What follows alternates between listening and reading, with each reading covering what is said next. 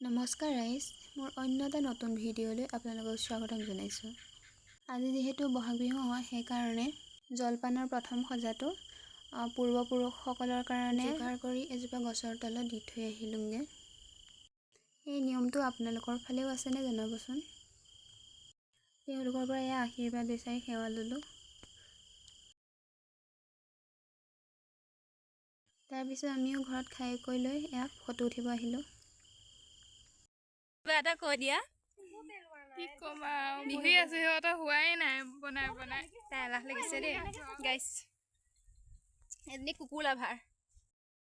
Photo উঠি হ'ল, তাৰপিছতে এয়া কুকুৰটোৰ লগতে ধেমালি কৰি আছোঁ।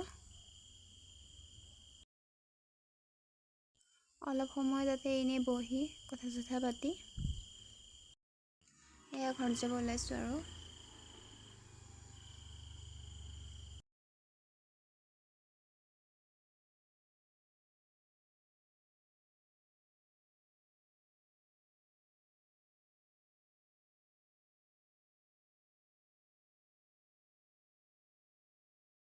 গাইছ, এই ফুলজোপীৰ নাম কি জনাবচোন। সৰুতে এই ফুলজোপীৰ ফুল লৈ লৈ বহুত খেলিলোঁ দেই।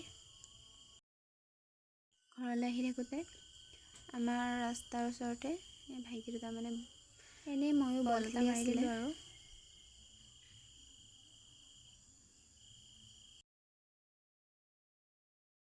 উস্তাদি মাৰি বলটো মাৰিব গৈছিলোঁ।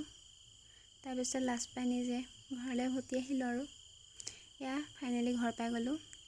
তাৰপিছত এয়া শাক বুটলিলোঁ। আমাৰ এই চোতালত দেখিছেনে, ঢেৰ শাক গজি আছে। আজি যিহেতু 100 এবিধ শাক খায়, গতিকে শাকৰ লগতে কঁঠালৰ মুচি এটাও দিওঁ বুলি। কঁঠালৰ মুচিবোৰ ডাঙৰ ডাঙৰ হৈছে, সেয়ে সৰু এটা চাই সৰুটাকে লৈ আহিলোঁ আৰু পিছত।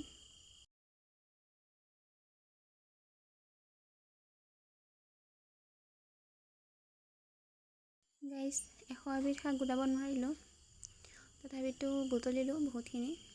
ইয়াৰ 100 এবিধ নহয়, 18 বিধ মান। বাই বাই গাইছ।